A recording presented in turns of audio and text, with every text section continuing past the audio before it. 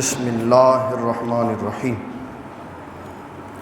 الحج اشہر معلومات فمن فرض فیہن الحج فلا رفث ولا فسوق ولا جدال فی الحج وما تفعلوا من خیر یعلمہ اللہ وتزودوا فإن خیر الزاد التقوی واتقون یا اولی الالباب۔ صدق اللہ العظیم وصدق رسولہ النبی الکریم الامین ونحن علی ذلک من الشاہدین والشاکرین والحمد للہ رب العالمین۔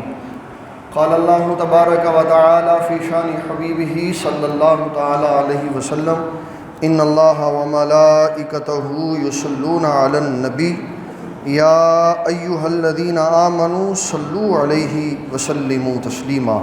تمام احباب ذوق و شوق سے درود و سلام پڑھیں۔ الصلاۃ والسلام علیک یا سیدی یا رسول اللہ وعلی آلک واصحابک یا سیدی یا حبیب اللہ۔ الصلاۃ والسلام علیک یا سیدی یا سید المرسلین وعلی آلک واصحابک یا سیدی یا خاتم النبیین۔ السلام علیکم ورحمۃ اللہ وبرکاتہ۔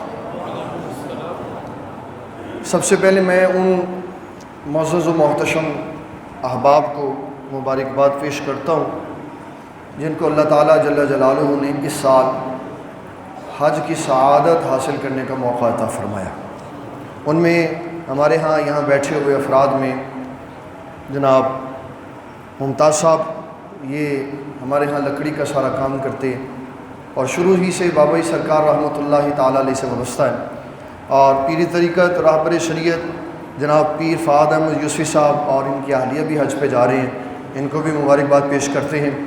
علاوہ ازیں جو بھی یہاں موجود احباب میں سے حج کی سعادت حاصل کرنا چاہ رہے ہیں یا ان کا نام آیا ہوا ہے، اللہ تعالیٰ سب کی اس حاضری کو قبول منظور فرمائے۔ آج ہم نے یہ صرف جاننا ہے کہ حج کے جو 5 دن ہیں، یوم عرفہ، یوم منا سے لے کے یوم عرفہ، اللہ اکبر، 8ویں ذی الحجہ، 9ویں، 10ویں، 11ویں اور 12ویں ذی الحجہ، یہ جو 5 دن ہیں یہ حاجی صاحب نے کیسے گزارنے، اس کے لیے کچھ جو تیاری ہے وہ تو احباب اس سے باخبر ہیں۔ ایک حدیث مبارک سنا کے کچھ اہم باتیں میں جو ضروری سی ہیں وہ آپ کی خدمت میں عرض کر دوں گا۔ باقی تفصیلی طور پہ بابا جی سرکار رحمۃ اللہ تعالی علیہ کی کتاب موجود ہے حج اور عمرہ، وہ آپ کو بائی اسٹال سے مل جائے گی، آپ لے لیں، وہ آپ کے لیے بڑی مفید ثابت ہوگی کہ آپ کو ایک تو نیا ماحول ہے، وہاں پہ عربی سے کچھ مانگنا ہے، آپ نے ایسے ایسے اشارے کر کے، پاکستان بول نہیں سکتے تو ایسے اشارے کر کے کہتے اس میں بابا جی سرکار نے ہماری تربیت کے لیے کچھ تھوڑے سے لفظ بھی لکھے ہوئے کہ ہم ان کو سیکھ کے تو کوئی شے لے سکتے ہیں اور دے بھی سکتے ہیں، تو وہ بڑی فائدے والی کتاب ہے، تو جس نے جانا ہو حج کی سعادت کے لیے وہ کتاب لے لے بھائی سے۔ معجم الکبیر للطبرانی اور مسند بزار کی یہ روایت ہے جس کو صاحب بحر شریعت نے فضائل حج میں نقل فرمایا ہے۔ راوی ہیں حضرت عبداللہ ابن عمر رضی اللہ تعالیٰ۔ جب بھی حج کا ذکر آیا ہے نا، اس حضور پاک صلی اللہ علیہ وسلم کی نورانی حدیث کو میں نے ضرور سنایا، اس لیے کہ اس میں حضور صلی اللہ علیہ وسلم کی عظمت و شان موجود ہے۔ باقی حدیثیں وہ حج کرنے والے کی فضیلت بیان کرتی ہیں، باقی حدیثیں جتنی بھی حج کے معاملے میں سنائی گئی وہ حاجی کی فضیلت سناتی ہیں، اور حج کے فضائل میں یہ حدیث ان احادیث میں سے ہے جو حج کی تو فضیلت سناتی ہے، ساتھ رسول اللہ کی عظمت بھی بتاتی ہے۔ اس لیے میں اس کو ہر بار سناتا ہوں تاکہ لوگوں کو حج کی فضیلت کے ساتھ ساتھ نبی صلی اللہ علیہ وسلم کی عظمت و شان بھی پتہ چلے۔ حضرت عبداللہ ابن عمر رضی اللہ تعالیٰ عنہ فرماتے ہیں، منا کی جامع مسجد خیف میں ہم بیٹھے ہوئے تھے تو ایک ثقفی، ایک انصاری کے ساتھ حضور صلی اللہ علیہ وسلم کی خدمت میں حاضر ہوا، عرض کرنے لگا، اللہ کے حبیب صلی اللہ علیہ وسلم، میں حج کے لیے آیا ہوں اور میرے دل میں کچھ سوالات ہیں، اگر آپ اجازت دیں تو میں سوال کروں تاکہ آپ مجھے ان کے جوابات ارشاد فرمائیں۔ تو کمال ہمارے آقا صلی اللہ علیہ وسلم کی شفقت تھی. آپ صلی اللہ علیہ وسلم نے فرمایا اگر تیرا جی چاہتا ہے تو سوال کر دے، وگرنہ یہاں بیٹھ جا، میں سوال بھی تجھے بتا دیتا ہوں، جواب بھی بتا دیتا ہوں. کہنے لگا ٹھیک ہے، یہ تو بہت اچھی بات ہے. آپ صلی اللہ علیہ وسلم نے فرمایا تو اس لیے آیا ہے کہ تو مجھ سے یہ پوچھے کہ جب میں اپنے گھر سے نکل کے بیت اللہ کی زیارت کے لیے چلوں گا تو اللہ تعالیٰ مجھے کیا ثواب دے گا. طواف خانہ کعبہ کے بعد 2 رکعتیں پڑھوں گا مقام ابراہیم پر تو پھر کیا ثواب ملے گا. جب میں صفا مروہ کی سعی کروں گا تو پھر کیا ثواب ملے گا. جب میں عرفہ کی شام وقوف کے لیے بیٹھا رہوں گا پھر مجھے کیا ثواب ملے گا. اور جب میں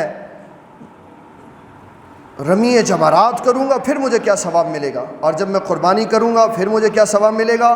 اور جب میں طواف زیارت کروں گا تو پھر مجھے کیا ثواب. تو نبی صلی اللہ علیہ وسلم نے جب یہ سوالات بتائے تو وہ کہنے لگا حضور اللہ کی قسم کھا کے کہتا ہوں میں یہ کچھ پوچھنے کے لیے آیا تھا. پھر آپ صلی اللہ علیہ وسلم نے ان کے جوابات ارشاد فرمایا تو یہ جو سوال پوچھنا چاہتا تھا کہ بیت اللہ شریف کی زیارت کے لیے اپنے گھر سے نکلوں تو اللہ تبارک و تعالی مجھے کیا ثواب دے گا. تو فرمایا جس اونٹ پہ یا جس سواری پہ تو بیٹھ کے آئے گا ہر قدم پہ اللہ ایک نیکی عطا فرمائے گا، ایک گناہ معاف فرما دے گا.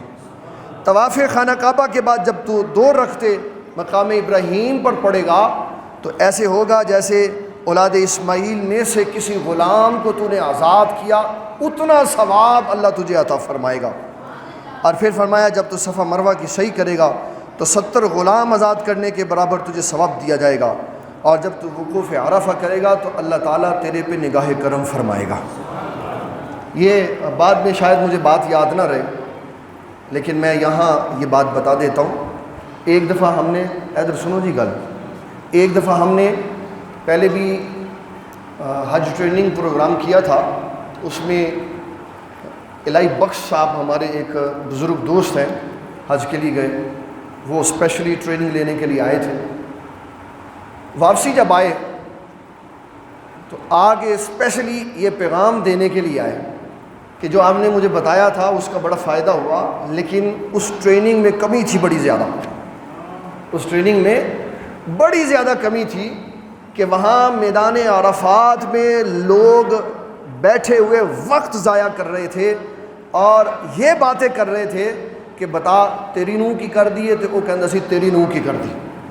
تو کہنے لگے لوگوں کو ٹریننگ میں یہ بھی ساتھ بتائیں کہ وہاں جا کے گناہ معاف کروانے ہیں، غیبت کر کے گناہ کما کے نہیں ساتھ لے کے آنا. کہ اتنے خاص والے دن میں اتنے خاص والے فاضل صاحب بیٹھے ہوئے ہیں یہاں پہ کہ بابا جی سرکار رحمۃ اللہ علیہ سے میدان عرفات میں کوئی مسئلہ پوچھنے کے لیے آتا، ضروری نہ ہوتا، ویسے وہ فضائل کے معاملات میں ہوتا تو آپ فرماتے آج ذکر اللہ کریں، آج عبادت کریں، مسئلہ کل بتا دیں گے آپ. ضروری ہوتا تو پھر بتا بھی دیتے تھے.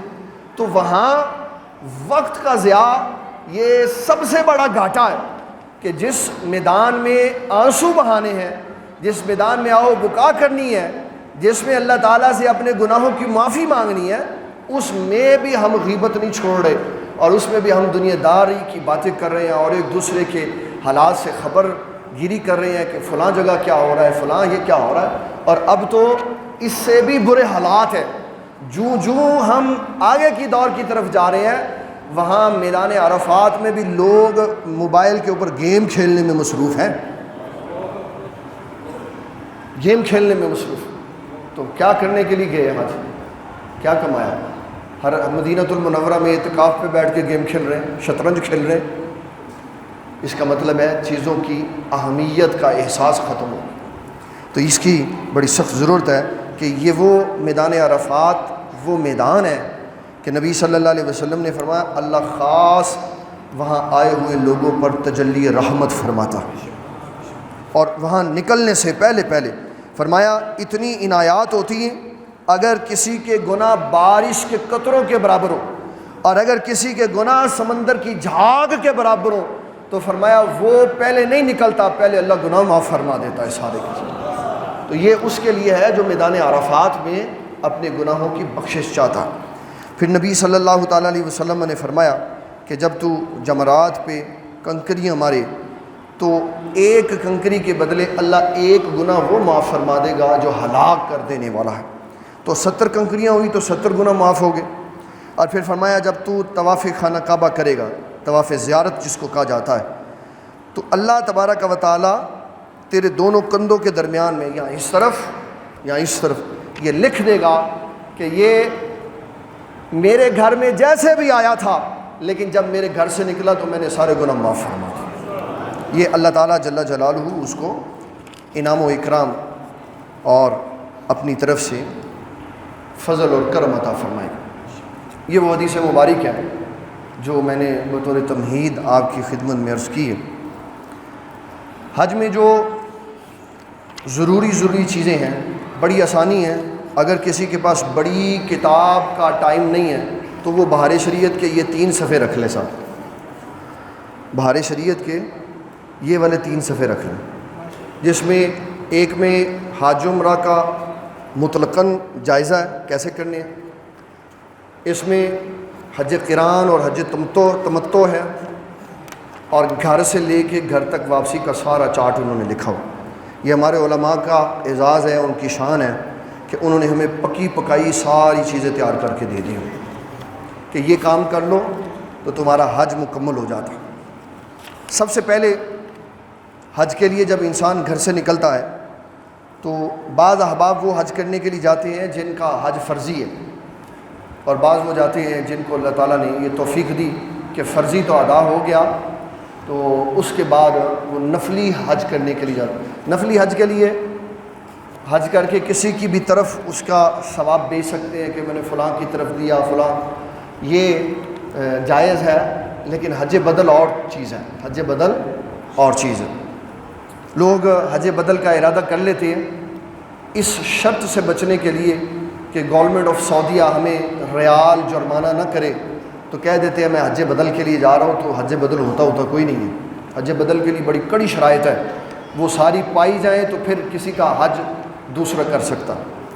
ایک بھائی نے، کیونکہ یہ پرچی میرے پاس تھی تو ساتھ ساتھ ہی میں اس کو بھی بیان کر دوں گا، انہوں نے لکھا کہ ایک شخص یہ سوال کرتا ہے کہ کسی نے ایک فرضی حج کر لیا تو دوسری دفعہ یا تیسری دفعہ وہ حج کرنے کے لیے جانا چاہتا ہے اور اس کے پاس پیسے ہیں، تو وہ کیا پیسے کسی غریب کی بیٹی کو دے دے، اس کی شادی کروا دے، اس کو راشن پانی ڈال کے دے دے، یا حج کرے؟ تو اس کے لیے بہترین طریقہ کار ہے جس کا فرضی حج ہو چکا ہے، اللہ تعالیٰ نے اس کو صاحب اختیار بنایا، 2 3 4 5 6 8 10 جتنے حج چاہتا ہے وہ کرے. اسلام کے اندر کوئی پابندی نہیں ہے، حج بھی کرتا رہے، غریبوں کی خدمت بھی کرتا رہے. یہ عبادات کے اندر خاص طور پہ لوگوں کو ایک پنجابی کے اندر کیڑا تنگ کردہ کیڑا، کہ جب کوئی لوگ عبادت کی طرف راغب ہوتے ہیں نا تو خام کا سوال پیش کرتے ہیں کہ جناب وہ فلانے کی بیٹی نہیں نظر آئی آپ کو، وہ فلانا کام نہیں نظر آیا. جو حج کرتے ہیں نا وہ فلانے کی بھی خدمت کرتے ہیں، وہ فلانے کی بھی خدمت کرتے ہیں. امام ابو حنیفہ رضی اللہ تعالیٰ عنہ ساری زندگی لوگوں کی خدمت کرتے رہے، اس کے باوجود آپ نے 55 حج فرمائے تھے. قاضی ابو یوسف جیسے انسان جو چیف جسٹس آف اسلام رہے، ان کے پہلے دن سے لے کے آخری دن تک کے سارے اخراجات امام ابو حنیفہ نے ادا فرمائے تھے. سینکڑوں یتیم مسکین بچیوں کی شادیاں بھی کی تھی. تو یہ سوال صرف اس لیے ہوتا ہے کہ کسی طرح کسی حاجی کا دل اچاٹ ہو جائے کہ نہیں یار شاید یہ میں پتہ نہیں صحیح کر رہا ہوں کہ نہیں، پتہ نہیں غریب کی بیٹی، بابا وہ بھی کام کر لو یہ بھی کر لو. کب منع کیا اس نے؟ یہ کوئی نہیں ہے کہ آپ یہ کام کر لیں تو یہ کام کر لیں، تو یہ نہ کریں تو یہ کر لیں. اللہ تعالیٰ نے آپ کو پیسہ دیا، 2 کی بجائے 10 حج کریں، غریبوں کی 4 5 6 8 10 لڑکیوں کی شادی بھی کریں. تو یہ ضروری ہے کہ آپ حج بھی کرتے رہیں. امام ابو حنیفہ رضی اللہ تعالیٰ عنہ، آپ نے جس طرح میں نے ابھی عرض کیا کہ 55 حج کیے. اس وقت حج کرنا علماء کے لیے ضروری ہوتا تھا، حج کرنا علماء کے لیے ضروری ہوتا تھا، کیونکہ گلوبل ورلڈ نہیں تھا اس وقت دنیا بکھری ہوئی تھی. تو سارے لوگ اپنے مسائل کے حل کے لیے حج کا انتظار کرتے تھے کہ وہاں حج پہ جائیں گے تو دنیا بھر سے دنیا کے جید علماء آئے ہوں گے تو ہمارے ملکوں کے مسائل حل ہو جائیں گے۔ تو ساری دنیا سے جدید مسائل کے حل کے لیے علماء حرم کعبہ میں آیا کرتے تھے، اس لیے بڑے بڑے ائمہ سارے کام چھوڑ کے وہاں جاتے تھے تاکہ لوگوں کی خدمت کر کے ان کو صحیح اسلام کے اوپر چلایا جا سکے۔ اس لیے وہ ادھر ادھر کے کام نہیں کرتے تھے، تو حج کے دنوں میں وہ حج کے لیے خانہ کعبہ میں آ جایا کرتے تھے۔ حضرت عبداللہ ابن عمر رضی اللہ تعالیٰ عنہ کے بارے میں آتا ہے، آپ اس سال بھی آپ نے حج کیا جس سال آپ کا وصال ہوا تھا، آپ آنکھوں سے نابینا ہو چکے تھے، یا قریب تھی آپ کی بینائی ساری ختم ہو جاتی، تو بھی آپ حج کرنے کے لیے اپنے وفد کے ساتھ گئے اور آئے ہوئے لوگوں کی تسلی و تشفی کے لیے مسائل کو بیان کیا کرتے تھے۔ اس وقت مرکز بیت اللہ شریف ہوتا تھا، تو ساری دنیا کے لوگ وہاں آتے اور یہ سمجھتے تھے کہ ہمارے وہاں جانے سے کچھ ہمیں فائدہ ہوگا اور کچھ لوگوں کو فائدہ ہوگا۔ اس لیے بڑے بڑے ائمہ کرام نے مسجد حرام میں، میدان عرفات میں، حج کے دنوں میں وہاں پہ بیٹھ کر پوری دنیا سے آئے ہوئے لوگوں کے لیے مسائل کا ایک خزانہ ان کو دیا تاکہ وہ لوگ صحیح طریقے پر دین اسلام کی تعلیم لے کر اس کے مطابق عمل کر سکیں۔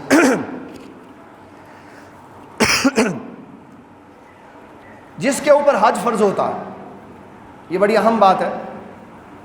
اگر کوئی بندہ ویسے ہی پیسے کی قلت و کثرت کے ساتھ حج کرتا ہے لیکن اس کو پتہ نہیں ہے کہ میرے اوپر حج فرض ہے کہ نہیں فرض، پھر جب وہ مسئلہ پوچھتا ہے تو پتہ چلتا ہے کہ جناب میں نے تو جس صورت میں حج کیا ابھی تو میرے اوپر حج فرض ہی نہیں ہوا، تو بتائیں وہ پہلے والا حج ہے وہ کدھر کیا؟ تو اسلام بتاتا ہے کہ وہ پہلے والا حج نفلی ہو گیا، اب جب تو صاحب نصاب ہوگا تو فرضی حج دوبارہ ادا کر۔ حج کے فرض ہونے کے لیے جو شرطیں ہیں، اسلام، عاقل، بالغ، آزاد، تندرست اور زاد راہ، پیسہ، اور اگر شادی شدہ ہے اتنا پیسہ اس کے پاس موجود ہو کہ جو اپنے خرچے کے لیے لے کے جا رہا ہے اور جو بیوی بچے پیچھے چھوڑ کے جا رہا ہے ان کو معاشی طور پر تنگی نہ ہو، اور حج کا وقت بھی ہو، تو ایسے بندے کے اوپر حج فرض ہو جاتا۔ اب میں اس کی تفصیل میں نہیں جا رہا، حج فرض ہو گیا یا نہیں ہوا، جو احباب حج کے لیے جا رہے ہیں ان کے لیے گھر سے گھر تک کا جو سفر ہے اس کی ترتیب کیا ہے؟ حج بنیادی طور پہ 3 قسم کے اوپر ہے۔ نمبر 1 حج افراد، یہ صرف وہاں والے کرتے ہیں، پاکستانی نہیں کرتے حج افراد۔ حج افراد سے مراد یہ ہے کہ وہاں رہتا ہو، صرف حج کا احرام باندھے اور حج پورا کر کے حج کا احرام کھول دے۔ یہاں سے جو جاتا ہے وہ یہاں تو حج تمتع کرتا ہے یا حج قران کرتا ہے۔ حج تمتع یہ ہے کہ ایک احرام باندھے اور اس سے جا کے عمرہ ادا کرے، اور پھر عمرہ کی تکمیل کے بعد احرام کھول دے، سارا احرام کی پابندیاں ختم کر دے، پھر 8 ذی الحجہ کو دوبارہ نئے سرے سے احرام باندھے اور اس میں حج کی نیت کرے اور حج کے آخر کے اندر وہ احرام کھولے، تو ایسے شخص کا حج تمتع کہلائے گا۔ حج ایک سفر میں پہلے عمرہ کیا پھر حج کیا۔ نبی صلی اللہ تعالیٰ علیہ وسلم نے جو حج فرمایا وہ حج تمتع ہے۔ حج تمتع کی فقہائے کرام نے، علماء نے 2 قسمیں بیان کی۔ نبی صلی اللہ تعالیٰ علیہ وسلم نے ان صحابہ کرام رضوان اللہ تعالیٰ علیہ مجمعین کو جو اپنے ساتھ قربانی کا جانور نہیں لے کے گئے تھے ان سے فرمایا عمرہ کرنے کے بعد احرام کھول دو۔ یہ کیوں احرام کھلوایا؟ اس لیے کہ عرب کے اندر یہ رسم موجود تھی کہ سب گناہوں سے بڑا گناہ اور بڑے بڑے گناہوں میں ایک بڑا گناہ یہ بھی ہے کہ حج کے دنوں میں عمرے کی ادائیگی کرنا۔ تو نبی صلی اللہ علیہ وسلم کیونکہ آپ آخری نبی تھے تو آپ نے ساری غلط رسومات کو ختم کرنا تھا، تو اس غلط رسومات میں سے ایک غلط رسم یہ بھی آپ نے ختم فرما دی کہ جو ہدی کا جانور نہیں ساتھ لے کے گیا تھا، آقا کریم صلی اللہ علیہ وسلم نے اس سے فرمایا کہ تو احرام کھول دے۔ خود نبی صلی اللہ علیہ وسلم نے احرام نہیں کھولا کیونکہ آپ نے حضرت علی رضی اللہ تعالیٰ عنہ کو بھیجا ہوا تھا قربانی کے جانور لینے کے لیے، تو وہ لے کے سارے ساتھ آ گئے۔ ان قربانی کے جانوروں میں سے جو 100 حضرت علی رضی اللہ تعالیٰ عنہ اونٹ لے کے آئے، 100 اونٹ لے کے آئے، ان میں سے 67 اونٹ 67 اونٹ نبی صلی اللہ تعالیٰ علیہ وسلم نے خود اپنے ہاتھوں سے ذبح فرمائے. اور محدثین نے اس پہ بڑی کمال بات لکھی ہے. فرمایا کہ جب حضور صلی اللہ تعالیٰ علیہ وسلم نے خنجر پکڑا، نیزہ پکڑا اونٹوں کو ذبح کرنے کے لیے، تو اونٹ گردنیں لے کے آگے آ گئے. ایتھے آیت پڑھ کے سناؤ انما انا بشر مثلکم، پھر تسی لے کے آؤ تو پھر دیکھو کیڑا اونٹ کے نظر آتا. بابا ہمیشہ یہی یاد رکھیں، نبی اللہ ہوتے ہیں. اس کے لیے عرب کا ایک مقولہ ہے، عرب کا ایک مقولہ النبی نبی ولو کان صبی، کہ نبی ہوتا ہے چاہے عمر زیادہ ہو یا چاہے تھوڑی ہو، اس کے مقابلے کا کوئی بندہ نہیں ہوتا. اس کے مقابلے کا کوئی بندہ چاہے ان کی عمر تھوڑی ہو چاہے زیادہ ہو. تو نبی صلی اللہ تعالیٰ علیہ وسلم نے سارے احباب کے احرام کھلوا دیے اور خود آپ نے احرام نہیں کھولا. یہ حج تمتع کی دوسری قسم ہے جو قربانی کا جانور. ہمارے پاکستان سے جو جاتے ہیں ان میں سے کوئی بکرا، چھترا، دمبا، گائے، اونٹ ساتھ رکھ کے نہیں لے کے جا سکتا. اور پہلے زمانے اتنے امن والے ہوتے تھے، پہلا وقت اتنے امن والا ہوتا تھا کہ کسی نے حج پہ جانا ہے، اس نے کعبۃ اللہ کی طرف اپنے جانور کا، اپنے بکرے کا، اپنے چھترے کا، اپنی گائے کا، اپنے اونٹ کا رخ کر کے نشان لگا دیا اور ساتھ بتا دیا یہ حج کے لیے ہے، تو ادھر چلا دیا کعبۃ اللہ کی طرف. وہ چلتے رہتے تھے، جس علاقے سے جس بستی سے گزرتے تھے لوگ ان کو کھانا کھلا کے پھر کعبۃ اللہ کی طرف چلا دیتے تھے، اور سارے جانور حج کے دنوں میں کعبۃ اللہ پہنچ جایا کرتے تھے. کوئی تصور کر سکتا ہے آج ایک تالا لگا کے، 2 لگا کے، 4 لگا کے چیزیں آپ رکھو تو پھر غائب ہو جاتی، قومی خزانے میں رکھو تو پھر غائب ہو جاتی ہے. اتنے بڑے ادارے اوپر بیٹھے ہوئے چیک اینڈ بیلنس والے، پھر غائب ہو جاتی. اس کا مطلب ہے اوپر سے ہی کوئی ملا ہوا ہے، اندر سے ہی کوئی ملا ہوا ہے. تو پہلے جانور بھی سارے سلامتی کے ساتھ پہنچ جاتے. اب PIA والے اجازت نہیں دیتے کہ جناب ممتاز صاحب تسی بکرا نال لے آنا، یہ اجازت نہیں دیتے. اور پھر وہاں قربانی خود کرنی چاہیے. قربانی جو وعدے لے لیتے ہیں. میرے ایک دوست تھے حج کا کام کرتے تھے، تو مجھے بتانے لگے، قسماً بتانے لگے، واللہ عالم سچ بتایا یا نہیں، لیکن قسماً انہوں نے بتایا کہ میں اپنے جانور کی قربانی کے لیے گیا تو وہاں جناب ایک حاجی صاحب بیٹھے ہوئے تھے، بڑے رحیم شہیم قسم کی. اسی کے اندر ساری بات ان کی آ گئی. تو ایک بندے کو انہوں نے فون کیا، کہنے لگا حاجی صاحب تھوڑی کنیاں قربانی ہیں؟ کہنا ہے کوئی 60 ہے. کہنا ہو گئی ہیں ساری. تو میں نے کہنا دیکھا تو بکرا کوئی بھی نہیں، جانور کوئی. اتنی بے خوفی ہے. اور وہاں یہ سمجھا جاتا ہے کہ میں نے ایک دن میں 20 لاکھ کی دیہڑی لگائی. تو خوف خدا نہیں ہے، یہ نکلنی کیسے ہے بابا؟ واپسی کیسے ہونی ہے؟ واپسی میں بتا نہیں رہا، نام نہیں لے رہا، صرف اشارہ کر کے بتانا. ایک بندہ فوت ہو گیا، ایک بندہ فوت، سننا ہے بڑی توجہ سے یہ بات. ایک بندہ فوت ہو گیا. اب وہ خاص خادم تھا جو وضو کراتا تھا حضور صلی اللہ علیہ وسلم کو. آپ صلی اللہ علیہ وسلم کے سامان کو اٹھا کے ادھر سے ادھر رکھتا تھا. بندہ فوت ہو گیا. تو صحابہ کہنے لگے کہ یار یہ تو بڑا خوش بخت آدمی، سیدھا جنت میں گیا ہوگا کیونکہ حضور پاک کی خدمت کرتا. تو نبی صلی اللہ تعالیٰ علیہ وسلم نے فرمایا کیا کہہ رہے ہیں؟ میں تو دیکھ رہا ہوں کہ آگ اس کے ارد گرد کھڑی ہے، آگ اس کے ارد گرد کھڑی ہے. ایسے حیرت سے آنکھیں کھلی رہے. حضور کیا ہوا؟ فرمایا مال غنیمت ادھر کرتے ہوئے ادھر سے ادھر کرتے ہوئے دیتے ہوئے اتنا سا ایک رسی کا ٹکڑا رہ گیا تھا، اس کی پاداش میں یہ ہوا ہے سارا. اتنا رسی کا ٹکڑا وہ حساب لینے پہ آئے تو چھوڑتا نہیں ہے. تو بڑے بڑے بکرے غائب ہو جائیں تو پھر بتاؤ کیسے بات بنے. لہٰذا دیانتداری جو ہے نا یہ بہت بڑی نعمت ہے کہ دیانتداری سے جو بندہ وقت گزارے وہ یہاں پہ بھی کامیاب ہے، آخرت میں بھی کامیاب. اللہ اکبر. حج کے اندر جو چیزیں فرض ہیں وہ بڑی اہم ہیں. نمبر 1 احرام فرض ہے، بغیر احرام کے حج نہیں ہوتا. نمبر 2 وقوف عرفہ 9ویں ذی الحجہ کو طلوع آفتاب کے بعد سے لے کر سارا دن اور ساری رات فجر تک کوئی بندہ ایک لمحہ عرفات کے میدان میں، زمین کے اوپر، فضا میں، خلا میں، جہاں مرضی بھی آ جائے اس میدان کے بیچ میں، تو اس کا حج پورا ہو جاتا ہے۔ بڑے ایسے واقعات ہوئے کہ بندے وہاں جا کے زخمی ہو گئے، بیمار ہو گئے اور ہسپتالوں میں داخل ہوئے، تو اس کو حاجی کا درجہ دینے کے لیے ایمبولینسز میں ڈال کے، وہ چلنے والی ایمبولینسز اور ایئر بسز جو ہیں اس میں ڈال کے ہیلی کاپٹر کے ذریعے ایک دفعہ میدان عرفات کا چکر لگوا دیا تاکہ حج کا اس کو اعزاز مل سکے۔ تو وہاں میدان عرفات میں آ جانا یہ حج کے فرائض میں سے ایک فرض ہے۔ تیسرے نمبر پر طواف زیارت، یہ حج کے فرائض میں سے ایک بڑا فرض ہے۔ یہ بنیادی چیزیں ہیں جو حج کے فرائض میں سے، باقی اسی کے ساتھ وابستہ ہیں۔ 8 ذی الحجہ کی جو ترتیب ہے وہ سب سے اہم ہے کہ اس 3 دن کے، 4 دن کے، 5 دن کے دورانیوں کو کیسے گزارنا۔ میں اس کا خاکہ سنا کے پھر اس کے اوپر کچھ مسائل آپ کی خدمت میں عرض کروں۔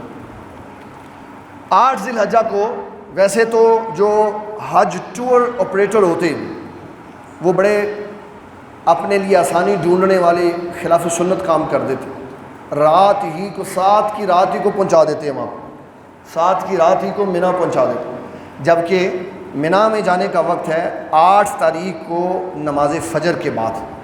فجر کی نماز خانہ کعبہ میں ادا کر کے یا جس علاقے میں وہ رہتے ہیں وہاں ادا کر کے حج کا احرام باندھ کے پھر وہ جائے گا منی میں۔ یہ 8ویں ذی الحجہ ہے۔ وہاں ظہر پڑے گا، عصر پڑے گا، مغرب پڑے گا، عشاء پڑے گا اور پھر اگلے دن کی فجر پڑے گا۔ یہ 5 نمازیں وہ میدان منی میں پڑے گا جہاں اس کے خیمے ہیں۔ پھر 9ویں ذی الحجہ کو صبح فجر کی نماز پڑھنے کے بعد وہ وقوف عرفہ کے لیے منی سے عرفات کی طرف جائے۔ میں ویسے ہی آپ کو ایک اس کا ویو کروا دیتا ہوں کہ یہاں اگر خانہ کعبہ ہے، اس جگہ پر ٹیبل جہاں بنا ہوا ہے، تو یہاں سے سیدھا دور تقریباً اس کا راؤنڈ اباؤٹ ایریا کیلکولیٹ کیا جائے تو 36 میل کے فاصلے پر میدان عرفات ہے، اور پھر میدان عرفات سے واپسی پر میدان مزدلفہ ہے، اور پھر دوبارہ یہاں سے کراس ہو کے بیت اللہ شریف گزر کے جمرات کی طرف جایا جاتا ہے اور پھر دوبارہ خانہ کعبہ کے اندر آیا جاتا ہے۔ تو یہ ایک ہی علاقہ ہے جس کے اندر کبھی ادھر سے گھوم کے کبھی ادھر سے جا کے کبھی ادھر جا کے تو یہ پورا حج ہوتا ہے۔ اس سارے ایریے کا کعبۃ اللہ سے لے کے عرفات، میدان منی اور پھر جمرات، یہ سارا 36 کلومیٹر کا ایریا ہے جو 5 دنوں کے اندر 2 بار بندے مومن نے آنا اور جانا کرنا ہے اس کے اندر۔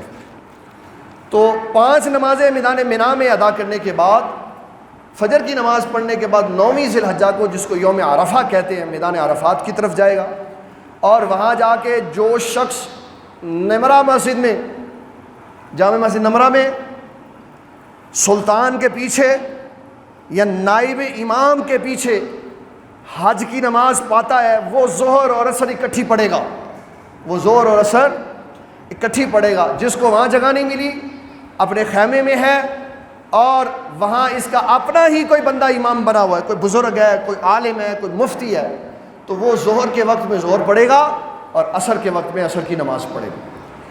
نمازوں کے ان معاملوں کو جو میدان عرفات کے اندر ظہر اور عصر ظہر کے وقت میں اکٹھی کی جاتی ہیں، ان کو کہتے ہیں جمع تقدیم۔ آج بعض افراد نے نمازوں کے جمع کرنے کے مسئلے کو بڑا عام سا مسئلہ سمجھا ہوا، وہ کہتے ہیں جی صحابہ تو بالخصوص ابو ہریرہ تو 2 نمازیں عام ہی جمع کر لیتے تھے، تو کیسے جمع کرتے تھے یہ بھی تو بتاؤ نا۔ ظہر کے وقت میں ظہر عصر پڑھا دی، عصر تو فرض ہی نہیں ہوئی تھی ابھی، صحابہ اس کو کیسے جمع کرتے تھے؟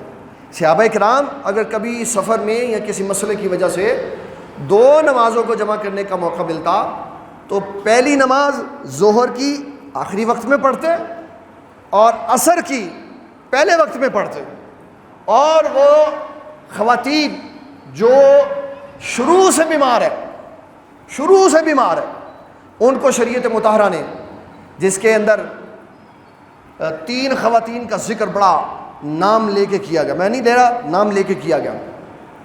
جہش کی جو 3 بیٹیاں ہیں ان کا ذکر ہے، ان کے لیے نبی صلی اللہ تعالیٰ علیہ وسلم نے یہ خصوصی طور پر رعایت دی کہ تم معذور ہو، بیمار ہو تو ظہر کو آخری وقت میں اور عصر کو پہلے وقت میں اکٹھا کر لیا کرو۔ اسی طرح جو بندہ سفر پہ جانا چاہتا ہے، اس کو کوئی مسئلہ ہے، وہ نمازیں اکٹھی کر سکتا ہے، اس طرح کہ ایک نماز آخری وقت میں، ظہر آخری وقت میں اور عصر پہلے وقت میں، یہ 2 ہیں نمازیں جن کو اپنے اپنے وقتوں میں جمع کیا جا سکتا ہے۔ یہ نہیں ہو سکتا کہ آپ ظہر کے وقت میں ظہرین پڑھ لیں اور ظہر اور عصر بیچ میں لے آئیں، اور مغرب کے وقت میں مغربین پڑھ لیں اور مغرب اور عشاء بیچ میں لے آئیں اور کہیں جی حدیث میں ہے، یہ ایسا کوئی بھی حدیث میں ذکر موجود نہیں ہے۔ جن کو 2 نمازیں اکٹھی کرتے ہوئے دیکھا گیا یا کہا گیا یا اجازت دی گئی، وہ لوگ تھے جن کو ایک نماز آخری وقت میں اور دوسری نماز پہلے وقت میں پڑھنے کی اجازت دی گئی، تاکہ نمازوں کو ان کے وقتوں کے اندر پڑھا جا سکے۔ تو نمازوں کو جمع کرنے کی 3 صورتیں ہیں، 2 حج کے موقع پہ ہوتی، ایک ہے جمع تقدیم، ایک ہے جمع تاخیر، مقدم کر کے جمع کرنا اور مؤخر کر کے جمع کرنا۔ تو جب ظہر اور عصر کی نماز میدان عرفات میں، ظہر اور عصر کی نماز میدان عرفات میں سلطان یا اس کے نائب کے ساتھ جامع مسجد نورہ میں پڑھی جائے گی، تو اس کو ظہر اور عصر کو اکٹھا کیا جائے گا، یہاں تک کہ دونوں کے درمیان میں سنت اور نفل پڑھنے کی بھی اجازت نہیں ہے۔ اور اگر یہ شرطیں نہیں ہیں تو پھر پہلے ظہر پڑھی جائے گی، پوری نماز ادا کی جائے گی، پھر عصر کی اذان ہوگی عصر کے وقت میں، پھر اس کا عصر کا سارا سلسلہ ہوگا۔ پھر اس کے بعد جب سورج غروب ہو جائے گا تو پھر وہ ایک گن سے اشارہ کرتے ہیں، پیغام بھیجتے ہیں کہ بھئی اب یہاں سے آپ میدان عرفات خالی کر دیں۔ تو پھر لوگ دوبارہ واپسی مزدلفہ کی طرف آتے، اور کمال ہے، جتنے بھی لاکھوں بندے حج کر رہے ہوں، ہر بندے کے لیے وہاں کنکری پہلے سے موجود ہوتی، اللہ کی طرف سے آ جاتی، اور ہر بندے نے میدان مزدلفہ پہنچ کر عشاء کے وقت میں مغرب اور عشاء کی نماز کو اکٹھا پڑھنا ہوتا۔ راستے میں نماز نہیں پڑھتے، چاہے آپ عشاء کے وقت سے پہلے پہنچ جائیں، چاہے آپ عشاء کے وقت کے بعد پہنچے، چاہے آپ رات کے کسی وقت میں پہنچے۔ میں نے پیر طریقت پیر فہد احمد یوسفی صاحب سے پوچھا، ان کو اللہ تعالیٰ نے یہ اعزاز بخشا ہے، انہوں نے بابا سرکار کے ساتھ کئی حج کیے ہوئے، تو انہوں نے کی ہیں، صاحبزادہ صاحب نے کی ہیں، تو میں ان سے پوچھتا رہتا ہوں۔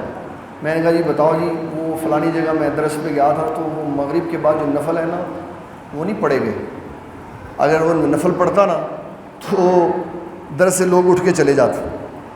فلانے دن نماز تہجد نہیں پڑھی گئی، بس آنکھ نہیں کھلی، تو مصروفیات میں حج کے دنوں میں علالت میں وہاں کیا نظام رہتا تھا۔ تو کہنے لگے بابا بات سیدھی سی ہے، چاہے جلسہ ہے، چاہے صحت ہے، چاہے حج ہے، چاہے سفر ہے، چاہے حضر ہے، کوئی نفل بابا جی نے کہیں بھی قضا نہیں کیا آج تک۔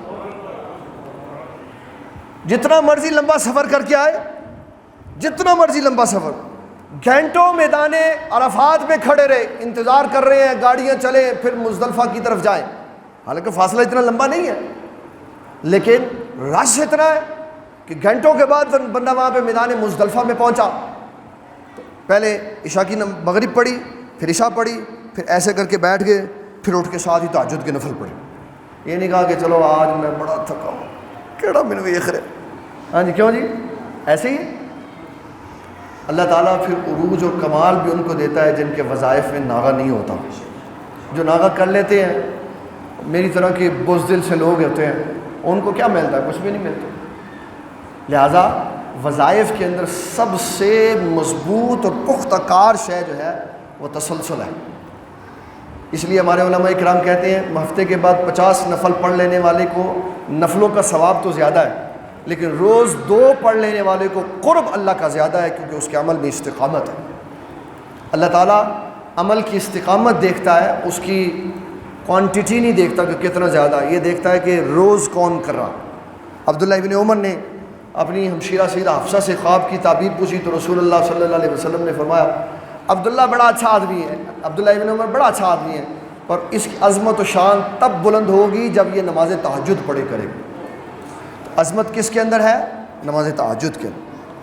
اب یہ رات پھر وہاں چلے گئے میدان مزدلفہ میں، وہاں جا کے مغرب اور عشاء پڑھی، تو کون سی رات آ گئی؟ 9ویں کی بات، 10ویں کی رات آ گئی، 10ویں کی رات آ گئی۔ اب اس کے بعد وہاں وہ جو میدان مزدلفہ ہے نا، میں نے دیکھا تو نہیں ہے لیکن مجھے یہ پتہ ہے، جنہوں نے دیکھا انہوں نے بتایا کہ جو بندہ 10 لاکھ کے حج میں گیا، جو لوگ 20 لاکھ کے حج کے گئے ہیں، جو 1 کروڑ کے پیکیج کے اوپر گئے ہیں 4 بندے، میدان مزدلفہ میں سارے کھلے آسمان کے نیچے پڑے ہوئے، وہاں پہ VIP شی سب ختم ہو جاتا، وہاں پہ VIP سب ختم ہو جاتا، لیکن ایک فیسلٹی رہتی ہے۔ پہلے وقتوں میں وہاں اتنا فیسیلیٹیٹ نہیں کیا جاتا تھا، اب کمپنیاں بہت زیادہ فیسیلیٹیٹ کرتی ہیں کہ انہوں نے جناب بڑے بڑے کنٹینر اٹھائے ہوتے ہیں، جوسز کے، بوتلوں کے، دودھ کے، پانی کے، کھانے کے، پینے کے۔ پہلے اگر ہم 20 سال پیچھے چلے جائیں نا تو پانی اور اس طرح کی خورد و نوش کی اشیاء کم ہوتی تھی، تو حج کی کمپنیوں والے بتاتے ہیں ان زمانوں میں حج کی کمپنیوں والے یزیدی کردار ادا کرتے تھے۔ کیا کرتے تھے؟ یزیدی کردار۔ پوچھتے تھے، وہ کہنے بنا میں نے جناب پانی کی بوتل دے دو، کہنے پہلے بیچ دا کہڑی کمپنی کا ساڑھے گھر ہوتا نہیں، چل دوڑ جا، کوئی پانی نہیں ہے۔ اب نہیں ایسا ہوتا، اب وافر ہے چیز، اب وہ لوگوں کو پکڑ کہتے ہائی صاحب لو۔ اب کیوں یہ پالیسی ہے کہ آیا کسی اور گروپ کے ساتھ ہے، میں حسن سلوک کروں گا تو اگلی بڑی بندے میں بھیجے گا، اپنا کاروباری فائدہ دیکھتے ہیں کہ فائدہ اس کو پانی تو ایک پلا دو، ایک پانی کا گلاس پلانے پہ یا ایک بوتل پلانے پہ اگلے سال کتنے لاکھوں کا مجھے منافع ہو۔ للہیت کی کون سی بات کرتے ہو بابا؟ کون مفت پانی پلاتا؟ یہاں کسی کی ماں فوت ہو جائے، کسی کا باپ فوت ہو جائے تو کوئی گھر میں جا کے پانی پلاتا ہے؟ کوئی نہیں پلاتا، ایسے ہی کرتے باتیں۔ سب کو رزق صرف وہی خالق کے کائنات ہی ہے جو پہنچا دیتے، لوگ نہیں کرتے، اپنے مفادات کے لیے کرتے، اپنے مفادات کے لیے۔ بڑے بڑے نیک اور صالح اور تقوی والے اولیاء اللہ کا میں نے یہ جملہ سنا، کہا یار اسی حج تے کیتا ہے، وہ فلانا کمپنی والا بڑی خدمت کردا، فلانا کمپنی والا بڑی خدمت کردا، وہ کی وہ پانی لے کے پیچھے پیچھے پیچھے پیچھے پیچھے پیچھے پیچھے پیچھے تاکہ میرے بندے پکے رہیں، اللہ ماشاء اللہ، سب سے آخر میں اللہ ماشاء اللہ، کہ جو اخلاص سے کرتا ہے اس کو اللہ اخلاص کا ثواب ضرور دیتا۔ پھر اس کے بعد مزدلفہ میں رات گزارنے کے بعد اگلے دن پہلے ہے رمی جمرات، پہلے رمی جمرات، بڑے شیطان کو کنکریاں مارنا۔ وہ مزدلفہ سے 70 کم از کم کنکریاں اٹھائی جاتی ہیں، توڑی نہیں جاتی بلکہ جو ٹوٹی ہوئی پڑی ہوں وہ اٹھائی جاتی، اور صاحب بارش شریف نے لکھا کہ ہر کنکری کو 3 بار پانی سے دھو کے صاف کر لینا چاہیے۔ 70 کو ایک ہی دفعہ برتن میں ڈال کے تو دھو کے 3 دفعہ پانی سے گزار لے تو ساری پاک ہو۔ اب وہ کیوں لی؟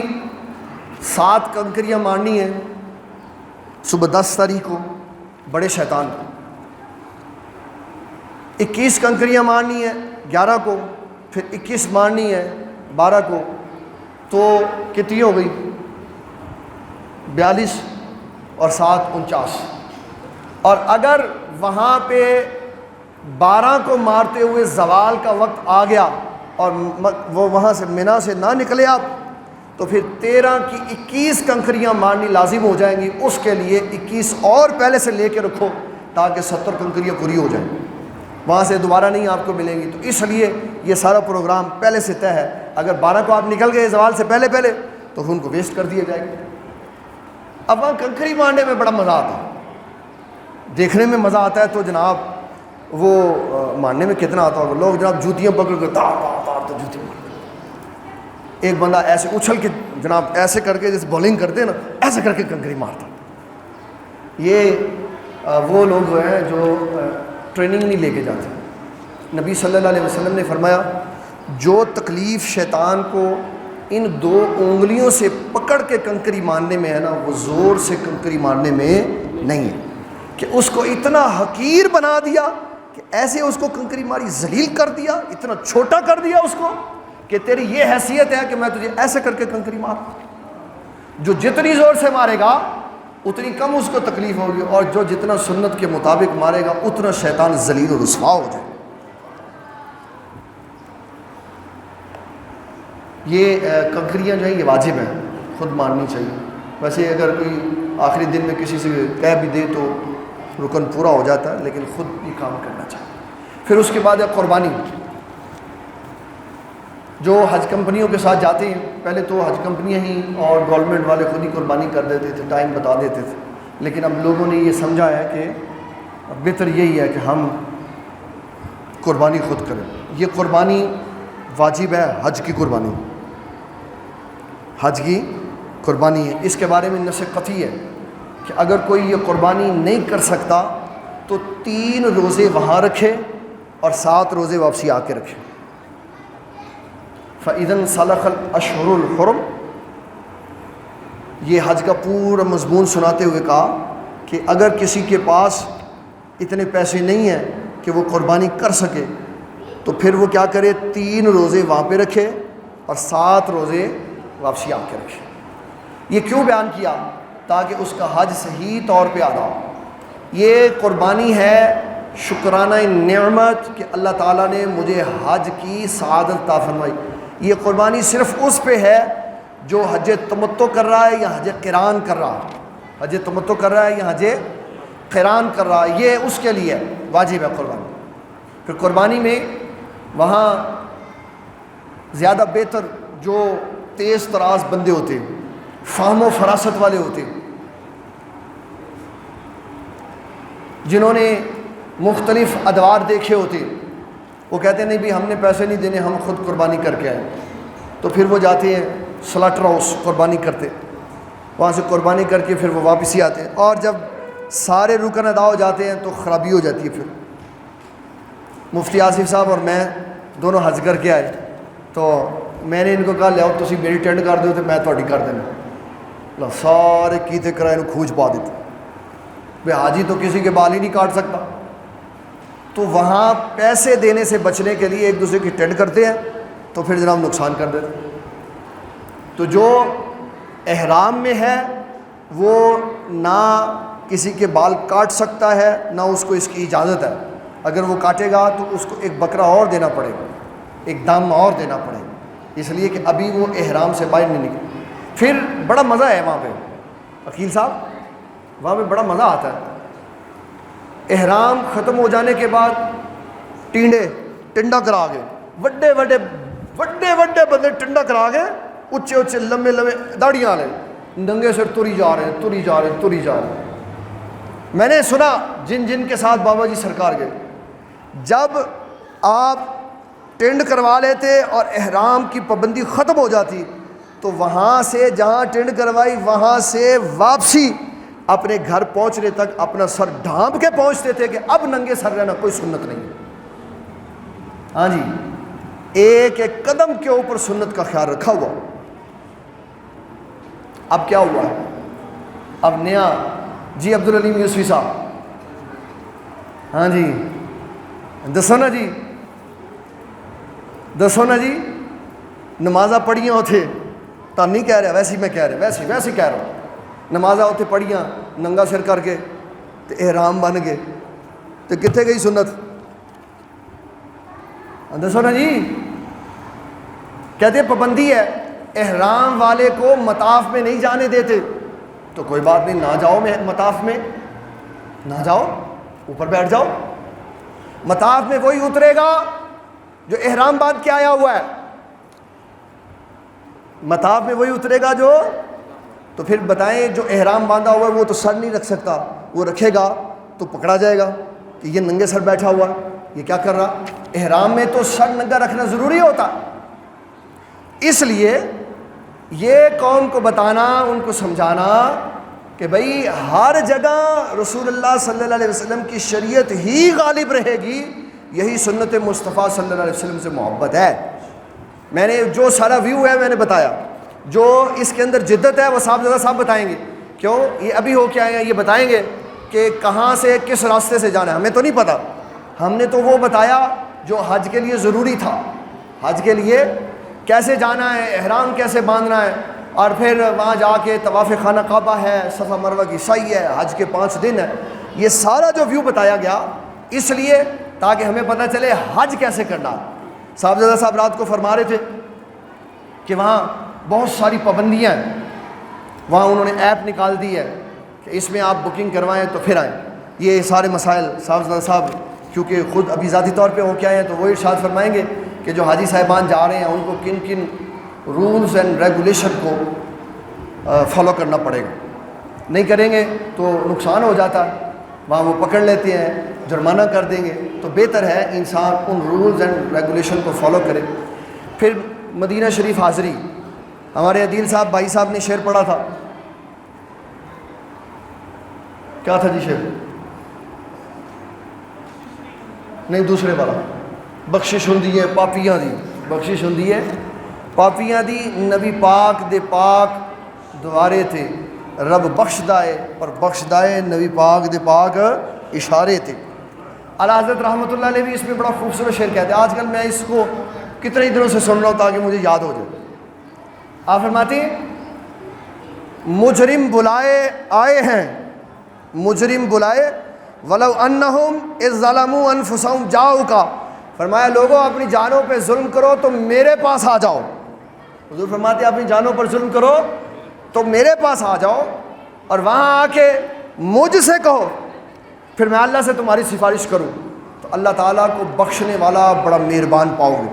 اعلیٰ حضرت فرماتے ہیں مجرم بلائے آئے ہیں، جاؤ کا ہے گواہ، جاؤ کا ہے گواہ. رد ہو پھر کب ممکن ہے، رد ہو پھر کب ممکن ہے. یہ شان کریموں کے در کی ہے کہ خود بلا کے کہیں جاؤ تیری توبہ نہیں قبول. فرمایا یہ شان کریموں کے در کی نہیں ہے. وہ بلا کے بلاتے اس لیے ہیں تاکہ ہم اپنے ماننے والوں کو مہربانی، عنایت، شفاعت کے بے پایاں سمندر سے سرفراز کر سکے. تو تفصیل سے تو اب بتایا نہیں جا سکتا تھا، یہ ویسے تھوڑا سا محبتاً میں نے کچھ مسئلے عرض کر دیے. ایک بات بڑی اہم ہے جو صرف میں نے اپنے ابا جی حضور رحمۃ اللہ تعالیٰ علیہ کے بارے میں سنی ہے، اور نہیں میں نے کسی کے بارے میں سنی، صرف میں نے اپنے ابا جی کے بارے میں سنی. بار بار یہ کہہ رہا ہوں میں نے اور کسی کے بارے میں نہیں سنی. کوئی بڑے سے بڑا ہے میں نے نہیں سنی کسی کے بارے میں کہ اس نے یہ کام کیا ہو جو کام اللہ تعالیٰ سنت کی تکمیل کے لیے میرے ابا جی حضور سے کروایا کرتا تھا. جب حج پورا ہو جاتا ہے، جب حج پورا ہو جاتا ہے تو پھر سارے حاجی وہ عزیزیہ، شیشہ، فلاں فلاں فلاں جگہ پہ چلے جاتے. تو آپ کا جب حج پورا ہو جاتا ہے، احرام کھل جاتا تو آپ نہیں مینا اچ رہنا. کدے رہنا؟ وہ کمپنی لگے خدا دا واسطہ یوسی صاحب وہ تھوڑے 3 بندیاں واسطے اسی اتنے سارا کچھ کرنا. آپ نے کہا تسی نہ روٹی دیو نہ کھانا دو، لیکن میں نے مینا سے نہیں جانا اس لیے کہ نبی صلی اللہ علیہ وسلم نے سارے دن حج کے مینا کے اندر گزارے ہیں، اور مینا میں گزارنا یہ سنت سرکار کائنات ہے. گواہ بیٹھے ہوئے ہیں، پوچھ لیجئے گا. اور ثواب بھی تبھی آتا ہے. لوگ کہتے تھے وہاں پہ یار کمال ہے، اتنے ایجڈ ہو کے پھر بیمار بھی ہو کے ہر بار وضو کر کے آ جانا، یہ اللہ تعالیٰ کی عطا ہے کہ کبھی بھی حج کے دوران میں ویسے بھی آپ باوضو ہی رہتے تھے.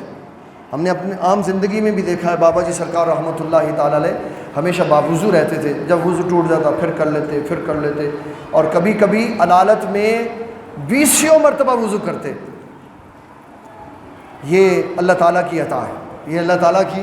نہیں تو بڑے بڑے کتابیں پڑھانے والے بھی یہ کہہ دیتے ہیں کوئی نہیں اے کہڑا قرآن ہے گا، ٹھیک ہے نا جی، اے کہڑا قرآن ہے گا، اینو کہڑا بغیر وضو سے ہاتھ نہیں لا سکتے. تو بابا پھر فیض بھی اسی کے سینے میں آتا ہے جو ادب کرتا ہے. اللہ تعالیٰ ہماری اور ہمارے ان پیارے بزرگوں، دوستوں، بھائیوں، بہنوں کی نبی صلی اللہ علیہ وسلم کی بارگاہ میں حاضری قبول منظور فرمائے. جو دے آئے ان کی بھی قبول فرمائے، جنہیں جانا ہے اللہ تعالیٰ ان کو ہمت و توفیق دے. اور ہمارے علماء کرام یہ کہا کرتے تھے کہ یہ کہنا چاہیے یا اللہ اپنے محبوب صلی اللہ علیہ وسلم کے دربار کی با ادب حاضری عطا فرما. یہ نہیں کہنا چاہیے یا اللہ اپنے محبوب صلی اللہ علیہ وسلم کے دربار کی حاضری عطا فرما، یہ نہیں کہنا چاہیے. یہ نہ ہو کہ جائیں اور جو 2-4 نیکیاں پلے تھی وہ بھی ضائع ہو جائیں. کہنے چاہیے یا اللہ با ادب حاضری دے تاکہ جائیں آداب ملحوظ خاطر رکھیں اور جب واپسی آئیں تو ڈھیروں حضور صلی اللہ علیہ وسلم کی طرف سے عنایات ساتھ لے کے آئیں. اللہ تعالیٰ ہماری حاضری قبول و منظور فرمائے. وما علینا الا البلاغ المبین.